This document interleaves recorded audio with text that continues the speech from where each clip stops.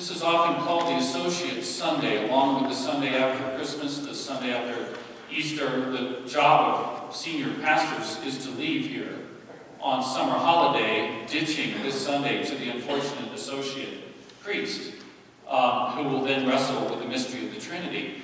Somehow, inexplicably, my vacation ended, and they scheduled this clergy development seminar. I'm sure there are associates all through the seminar laughing today at the rectors who are dusting off these Trinity Sunday sermons. So we'll dust off well today. We'll get through it. We're going to, I'm channeling Pastor Mark. We're going to go wonky with you for a moment. We're going to wonk out. Then we're going to get a little biblical. And we're going to get very mushy before we close. So you know how Pastor Mark always gives you the outline? That's my outline. Everybody with me? How's that sound for Trinity Sunday? Are you good? So when I prayed about this sermon, a very clear moment came to mind. I am tumbling. Arms and legs flying outside of any body control that I have. I am going up and then crashing down into sand. Not that fine, beautiful sand, not like Caribbean sand or Gulf Coast sand of Florida. No, this is the open blast furnace of the Atlantic Ocean slamming into the east coast of Florida. Up we go. This is how rocks become sand, but they're not all the way there yet. Broken shells and so forth. I'm 7 years old. My father worked for NASA, and we moved to Melbourne, Florida. He worked at Cape Canaveral. And so every day, my mom would take us across the street, across A1A to the beach. And every day, we would launch my brother and I into this huge surf. And every day, we would make it no farther than that moment when the water starts to curl and you're looking up at it over your head. And then, wham! On the ground. I didn't know there were places where sand could go in the human body. Every orifice is taken. Sand is everywhere. It didn't taste so good either. Everywhere. And we are getting, my brother and I, slammed and cycled and thrown up and down and dragged. When I prayed about Trinity Sunday, this is the image that I got. Let's walk out for a second together. From about the end of November until last Sunday, we've been on a journey as a church. Not all churches take this journey. Churches that worship in a kind of an ordered, more disciplined way in terms of our schedule, Catholic and Lutheran, Episcopalian, Methodist, and others. We take this journey from November until last week. We tell the whole story of God's salvation every year in half a year. Advent, Christmas, Epiphany, these great seasons, the season of Lent to prepare for Easter. Easter itself, the great 50 days of Easter, celebrating the resurrection of Jesus. And we end last Sunday with Pentecost Sunday. Anybody remember Pentecost Sunday last Sunday? With the reading from Acts chapter 2, where the apostles, the disciples received the Holy Spirit. They start speaking in other languages, right? We used to read that in other languages. You may remember when we read that in other languages, until we did have someone ask, Don read this in Hungarian, I believe, right? And we did this for years until someone asked to read it in Klingon. We debated it as a staff. It was close, and then we decided maybe not. That's a mythical language, if you don't know. And so we maybe took a year or two off from that. Last Sunday, the celebration of the Holy Spirit. What do we do the rest of the year? The rest of the year. We turn green next week. The agricultural history of the church. And we grow. We let those seeds that were planted in the spring grow. And as the corn and the barley and the wheat, your poor tomatoes that someone lied to you about that you could grow here in the Vail Valley, they grow. And we're supposed to grow as well. We're supposed to hear the stories of Jesus, the miracles, the teachings, teachings and take those stories into our lives. But before we do that, there's one Sunday that's the fulcrum, it's the middle, it's the linchpin of the whole thing. And it's today. And in between these two times of the year, our Christian mothers and fathers set a Sunday to get us founded correctly, to get us on solid ground. They said, we're going to have a Sunday to celebrate the Trinity. God is Father, Son, and Holy Spirit. I was trying desperately to teach the children what it took the church 300 years to get to.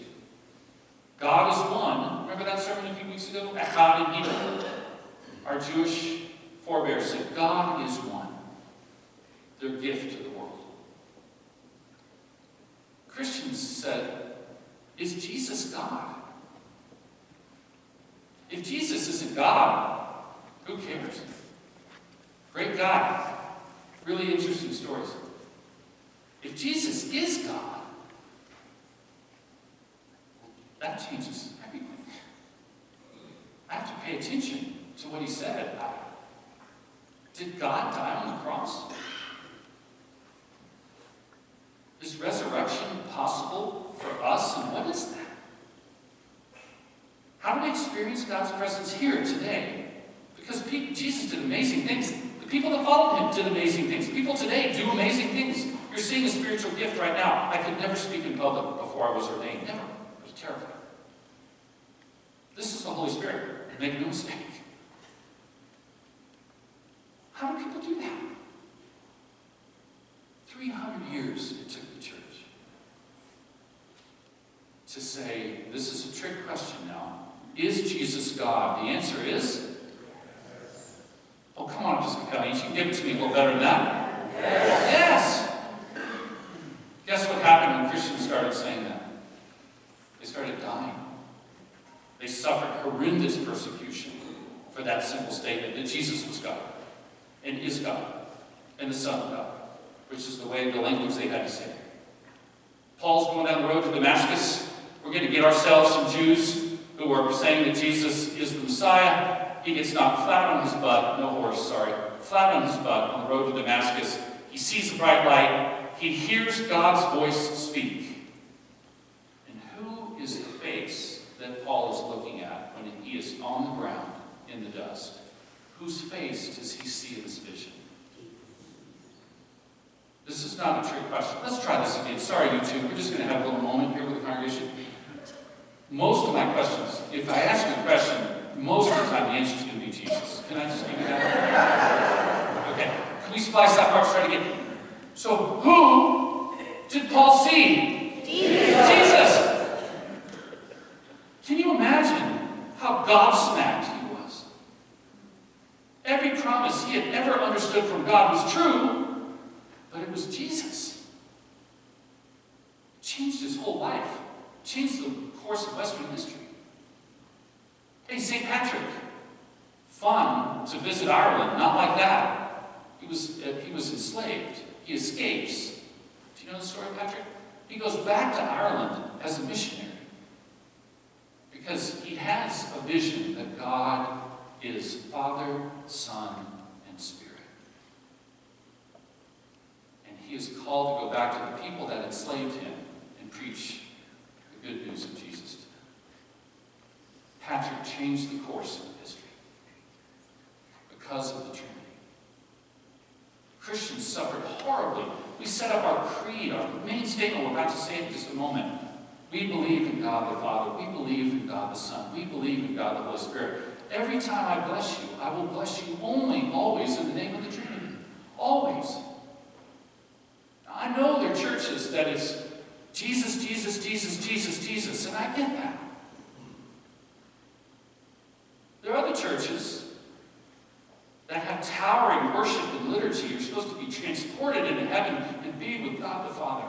And then there's some of us that kind of go a little alternative, and we are captivated by God the Holy Spirit. We experience God through His Spirit. This is not a concept. This was the experience of Christians. Patrick wrote a song. I will not sing it. It's hard to sing. I bind unto myself today the strong name of the Trinity. He experienced God as strength and power. So there I was, 7 years old, getting tossed around in the surf on the beach at Melbourne.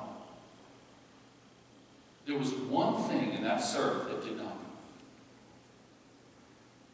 2 feet were planted in that sand, and those feet, no matter the size of the wave, never moved. One strong arm reached out faster than the eye could follow and would catch me as I tumbled in the surf. When that arm reached out and caught me, I was safe. I stopped tumbling. Nothing could move us. Who did that arm belong to? My mother. Good. She was waiting to chastise us on the beach. Yes, she could go out too. My dad. My father's name is Stuart. He was a Division I, 4-year scholarship football player at Florida State University. He was Air Force ROTC, Bay High School in Panama City, Florida. Those were big boys back in the day. He played football with Burt Reynolds and Vic Prinzi, and you didn't want to hang out with them on a Friday night. My dad went into that water, nothing moved him. He's one of the strongest men. When he grabbed me, everything was good. I was safe. I've never felt an arm as strong as my father's. Never. He always knew when to grab us. When I experience the Trinity, this is the image that I'm given. It's not some lofty biblical thing. It's very personal. It's very intimate. Let's go biblical for a second, though. Let's give it a go. How's fatherhood look in the Old Testament? Well, we have Abraham with Isaac. Remember Abraham with Isaac as a teenager? Yes, there are moments when you want, as teenagers, yes, it's true. Abraham is plunging a knife to sacrifice his only son because he hears God tell him to do that, and then God says to stop. How about Noah? Everybody know Noah? Noah in the ark? Didn't you have your children's nurseries with Noah? You might remember how Noah goes Episcopal at the end of that story. Noah saves the human race. He saves animals of every kind. God saves the ark. They come out of the ark, and Noah plants, sorry about this, I have to do it. Noah plants a vineyard. And the first thing that Noah does is harvest the vineyard, distill it, and he drinks most of it. Check me out in Genesis, it's true. He's laying, absolutely hammered, naked in his tent, and his sons need to cover up their father because that was a terrible thing. So the children see the father not just as a great hero, they see their father in a moment of who he really is. Strong and flawed. King David, big family. His beloved son Absalom rebels and almost kills him. David has to fight his son to maintain the kingdom of Israel. David wins. His son is executed against David's orders, and David's shattered. David lost 2 children. He's never the same man. Kind of rough in the Old Testament. How about the New Testament? Fatherhood, any better? Who's behind the camera in the nativity story? Who's there? You never almost hear his voice. Who's there in the nativity story, please? Joseph. Joseph! He's the dad behind the camera. Man, no Joseph, that story never, Jesus dies. Joseph was the perfect dad. He did everything. He kept every promise to his family, and he stayed out of the way. Joseph allowed his family to survive. What a great dad. How about Jairus? This is a story very personal for me. You may remember for 5 bonus points, Jairus, the leader of the synagogue. Jairus, he's a big man around town. Everybody knows Jairus. He's the leader of the synagogue. It's kind of cool to be a leader of the synagogue. You can say hello to you at restaurants and stuff. Jairus is walking around being in the synagogue. He's very schooled. He's kind of cool. His daughter contracts an illness and starts to die. Jairus is visible in the Bible because he comes to the feet of Jesus, a man he's never met. Jairus falls at the feet of Jesus and pleads for his daughter's life. Trust me when I tell you, I know how that feels. And Jesus is so moved by this very dignified man who is flattened in this moment, shattered. Jesus says, because of your faith, your daughter is already well. What a picture of fatherhood. What about the parable of the prodigal son? The older I get, the more I think this parable is misnamed. Who's the key figure in the parable of the prodigal son, please? Is it that little twerp who went to his father and said, drop dead, I want half of everything you have now, like you're already dead? And the father knows what's going to happen, right? Jesus told the story. What does the father do in the story? Well, wait, before he forgives, he does something else. He gives. Father says, all right, you want to do it your way? Let's do it your way. Here's half of my entire estate, and I'm still alive. Thank you very much. Remember the story? Son comes back, broken, penniless, shattered. Now, if this were my house, the story would have ended there. Do you remember what Jesus says the Father does when the Son's walking up the road? It's one of the most moving pictures in all the Bible. The Father runs out, robes flailing. No father in the ancient world would do this. Robes flailing. He throws himself on his Son.